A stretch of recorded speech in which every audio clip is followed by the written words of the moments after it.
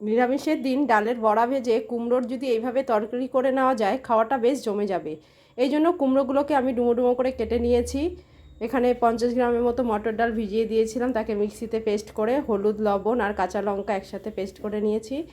হলুদ লবণ দিয়ে বড়াগুলোকে এরকম বড়ি সাইজে ছোটো ছোটো করে ভেজে নিয়েছি। এবারে ওই তেলের মধ্যে শুকনো লঙ্কা, তেজপাতা আর 5 ফোড়ন দিয়ে দিয়েছি। এবার কেটে রাখা কুমড়োগুলো দিয়ে দিচ্ছি এবং সাথে কাঁচা লঙ্কাও দিয়ে লাল লাল করে ভেজে স্বাদ মতো লবণ, হলুদ গুঁড়ো দিয়ে দিয়েছি। এবারে সেগুলো দিয়ে খুব ভালো করে নেড়ে চেড়ে ভেজে নিয়ে পরিমাণ মতো ঝোল দিয়ে, ঝোলটি ফুটে এলে বড়াগুলো দিয়ে দিব এবং ঝোলটি দেওয়ার পরে আমি সামান্য পরিমাণে মিষ্টি দিয়ে দিচ্ছি আর 10 মিনিটের জন্য ঢাকা দিয়েছি।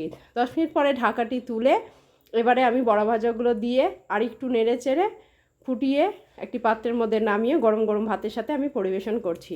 তো বন্ধুরা, তোমরাও এইভাবে তৈরি করে খেতে পারো এই কুমড়োর তরকারিটি।